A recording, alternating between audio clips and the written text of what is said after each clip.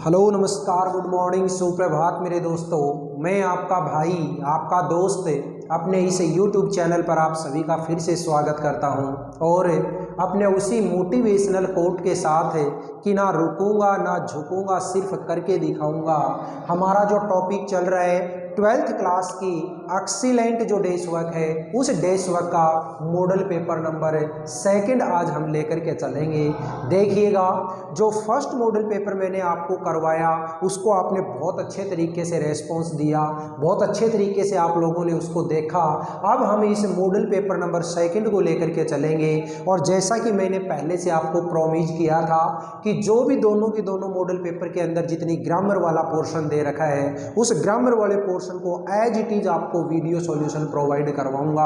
आप भी मेरे साथ में जुड़े रहिएगा और देखिएगा एक एक करके हम किस तरीके से इस सारी की सारी डेस्क वर्क के मॉडल पेपर करते हैं।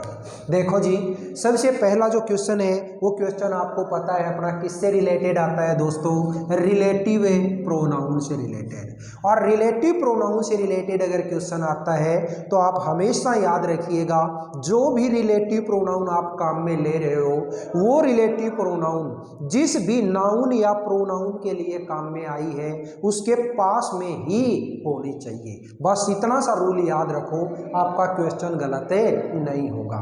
देखिएगा फर्स्ट क्वेश्चन क्या दिया इसमें, आई डोंट नो इट, मैं इसे नहीं जानता, मैं इसके बारे में नहीं जानता। क्या नहीं जानता, हु इज शी, कि वो कौन है।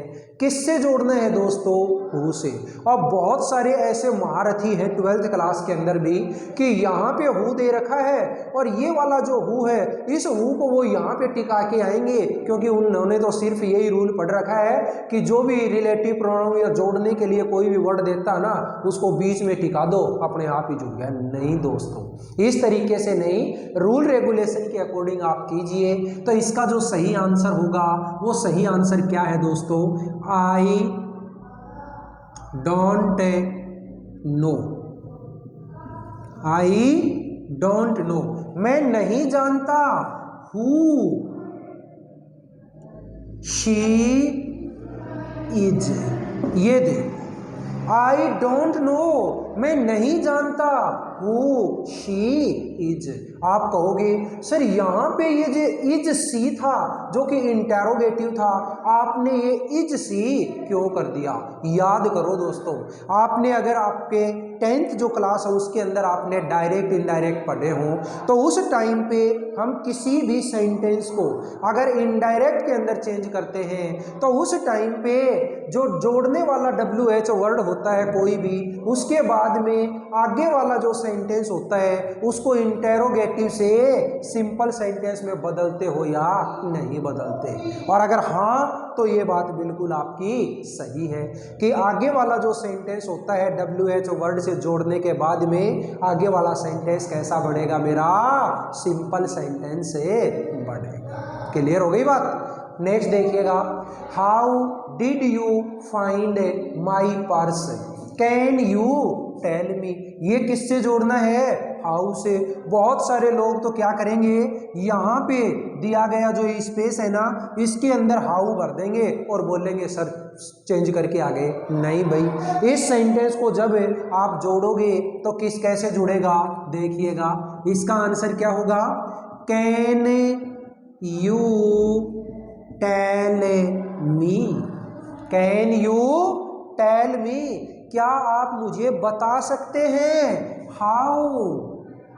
अब देखो ये जो सेंटेंस है इस सेंटेंस को यहाँ लेके आना है, कैसा है ये, इंटेरोगेटिव है, लेकिन आगे आने वाला सेंटेंस इंटेरोगेटिव नहीं होगा, आगे वाला सेंटेंस कैसा होगा, सिंपल। और सिंपल होगा तो सबसे पहले सब्जेक्ट, सब्जेक्ट क्या है इसमें, यू, तो यहाँ पे आप ले आओ। क्लियर हो गई बात। इसके बाद में आपने देखा कि ये सेंटेंस है, ये सेंटेंस कौन से टेंस का है, देखो डिड लगा हुआ है और डिड लगा हुआ है इसका मतलब पास्ट सिंपल। और पास्ट सिंपल अगर है तो उसको जब सिंपल में बदलोगे, सिंपल सेंटेंस बनाओगे पास्ट सिंपल का, तो सब्जेक्ट के जस्ट बाद आती है V2। इसके अंदर वर्ब क्या है, फाइंड, इसकी सेकंड फॉर्म क्या हो जाएगी, फाउंड माय पर्स। बोलिएगा बात समझ में आई या नहीं आई। Can you tell me how you found my purse, क्या आप मुझे बता सकते हैं कि मेरा पर्स आपको कैसे मिला। नेक्स्ट देखिएगा, सिंथेसिस के क्वेश्चन आते हैं तो इसमें भी सेम वैसे ही सेंटेंस को जोड़ना है। देखिए पहला सेंटेंस क्या दिया, द पुलिस अराइव्ड, पुलिस पहुंच गई। The dacoits ran away, dacoits भाग गए।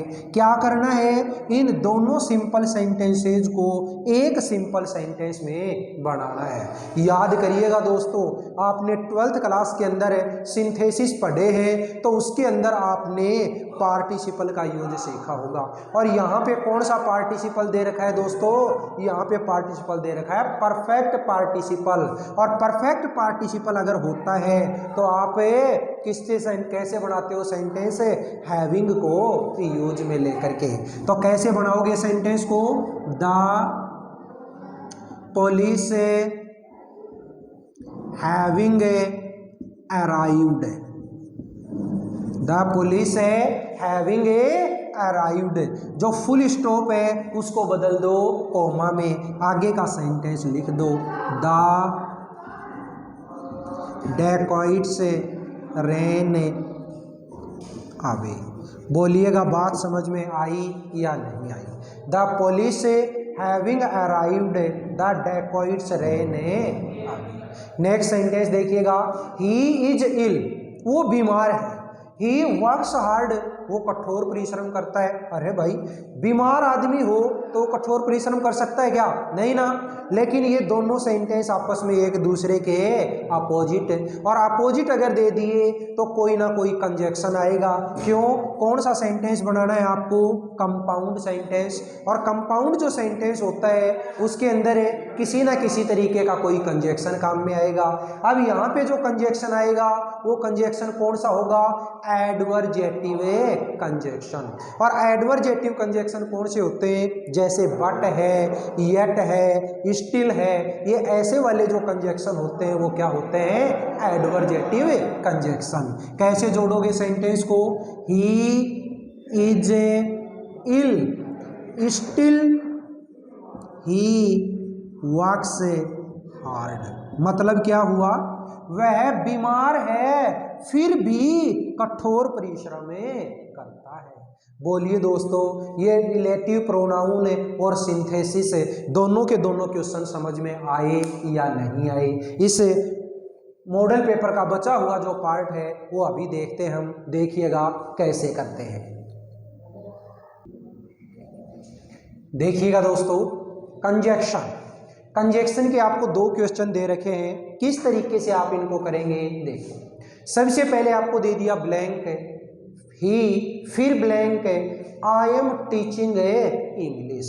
ब्रैकेट में आपको दो कंजक्शन दे रखे हैं, एक तो नॉट ओनली बट ऑल्सो और एक है सो दैट। देखिएगा किस तरीके से आप करते हैं, पहले सेट करके देख लो यार। अगर मान लो यहाँ पे सो दैट आप करना चाहते हो तो सबसे पहले देखो, सो ही दैट आई एम टीचिंग, क्या सेंटेंस का कुछ सेंस निकला क्या, कुछ नहीं निकला यार, है ना। नॉट ओनली लगाओ ना, क्या हो जाएगा, not only he but also I am teaching English. और कुछ नहीं तो सब्जेक्ट वर्ब एग्रीमेंट का जो रूल होता है ना, वो रूल याद कर लो, अपने आप ये क्वेश्चन हो जाएगा। नॉट ओनली बट ऑल्सो के अंदर कौन सा रूल होता है कि कोई भी दो सब्जेक्ट अगर not only but also either और या नाइदर नोर से जोड़ दिए जाएं तो आने वाली जो वर्ब होती है वो वर्ब हमेशा सेकंड सब्जेक्ट के ऊपर डिपेंड होती है। ये रूल तो याद होगा। तो देख लो सब्जेक्ट कौन से हैं, एक तो ही और एक है आई। तो अभी अभी मैंने बताया कि not only but also say अगर कोई दो सब्जेक्ट जुड़ते हैं तो आने वाली वर्ब सेकंड सब्जेक्ट पे डिपेंड होती है। सेकंड सब्जेक्ट क्या है, आई, और आई के अकॉर्डिंग यहाँ पे क्या दे रखा है, एम। तो इसका मतलब मेरा जो रूल था वो रूल बिल्कुल एकदम से अप्लाई हो गया। तो क्या भरोगे यहाँ पे, नॉट ओनली बट ऑल्सो, ठीक है। Not only he but also I am teaching English. ना केवल वो बल्कि मैं भी अंग्रेजी पढ़ा रहा। ठीक है। दूसरा देखिएगा, सबसे पहले ब्लैंक टीचर्स, फिर blank my friend has taken a food. एक तो दे दिया आइदर और एक दे दिया नाइदर, बोथ एंड। देखिएगा यहाँ पे सेट करके देखो। सबसे पहले मैंने आइदर और को ही मान लो सेट किया, आइदर टीचर्स और my friend has taken a food. अरे भाई अभी अभी मैंने जो ऊपर वाला रूल बताया था सेम टू सेम अप्लाई हो रहा है। कौन सा? कि जब भी कोई दो सब्जेक्ट आइदर और से जोड़ दिए जाएं, दो सब्जेक्ट कौन से हैं? एक तो टीचर्स और एक माई फ्रेंड। तो सुनो, कोई भी दो सब्जेक्ट अगर आइदर और से जोड़ दिए जाएं तो आने वाली जो वर्ब है वो वर्ब हमेशा सेकंड सब्जेक्ट पे डिपेंड होती है। देखो सेकंड सब्जेक्ट क्या है? माई फ्रेंड, सिंगुलर है, और सिंगुलर है तो वर्ब भी कैसी दे रखी है दोस्तों? सिंगुलर। हो गया रूल अप्लाई। तो इसलिए क्या भरोगे यहाँ पे? आइदर और। ठीक है, आइदर और। अगर आपको सर बोथ हैंड क्यों नहीं भर सकते, भर के देख लो यार, अपने आप पता चल जाएगा। बोथ हैंड अगर आपने यहाँ पे भर दिया, both teachers and my friend, तो इसका मतलब तो बोथ हैंड से जुड़ने के बाद में ये जो सब्जेक्ट हुआ ये कैसा हो गया? प्लूरल। और प्लूरल अगर हो गया तो यहाँ पे वर्ब कैसी आनी चाहिए? प्लूरल। तो यहाँ पे वर्ब प्लूरल है क्या? नहीं है। इसका मतलब बोथ एंड है, वो तो नहीं आएगा। कौन सा बचा? आइदर और। ठीक है। फ्रेजल वर्ब देखिएगा। फ्रेजल वर्ब जो है, ये फ्रेजल वर्ब आपके सिलेबस के अंदर जो दे रखी हैं वो अगर आप लोगों ने अच्छे से याद कर ली, मैं गारंटी से कहता हूं कि एक सिंगल क्वेश्चन भी आपका गलत नहीं होगा। देखिए, after the death of his mother, ठीक है, उसकी मम्मी की मृत्यु के बाद, ही वॉज, फिर ब्लैंक बाई हिज आंट। इसके अंदर दो फ्रेजल वर्ब दे रखी है भाई। अरे पहले वाली पकड़ में आ गई। देखो ब्रोट अप, आपको याद होगा ब्रिंग अप मैंने आपको करवाई थी, तो ब्रिंग अप है, ये ब्रिंग अप की ही तो सेकंड फॉर्म ब्रोट अप है ना। तो ब्रिंग अप का मतलब क्या होता है? लालन पालन करना, पालन पोषण करना। बस यही अपने यहाँ पे अप्लाई हो गई। After the death of his mother, उसकी मम्मी की डेथ के बाद, he was brought up by his aunt, उसका लालन पालन उसकी आंट के द्वारा, उसकी चाची के द्वारा किया गया। क्लियर हो गई दोस्तों? तो कौन सी है? Brought up. नेक्स्ट देखिएगा, एज सोल्जर, फिर blank the orders of his officer. अरे सोल्जर ऑफिसर के ऑर्डर्स का क्या करता है? पालन करता है। और पालन करने के लिए कौन सी फ्रेजल वर्ब है? Carry out. तो कैरी आउट का मतलब क्या होता है भाई? पालन पोषण करना। तो देखिए, a soldier carries out the orders of his officers. जो एक सोल्जर होता है वो अपने ऑफिसर की आज्ञा का पालन करता है। बोलिए दोस्तों, ये कंजक्शन और फ्रेजल वर्ब दोनों के दोनों समझ में आए या नहीं आए? इस तरीके से हर एक पेपर को, जो कि दोनों डेज वाक्य आपका ये संजीव वाली है वो भी और आपकी एक्सीलेंट वाली है वो भी, दोनों डेज वर्क को करवाऊंगा।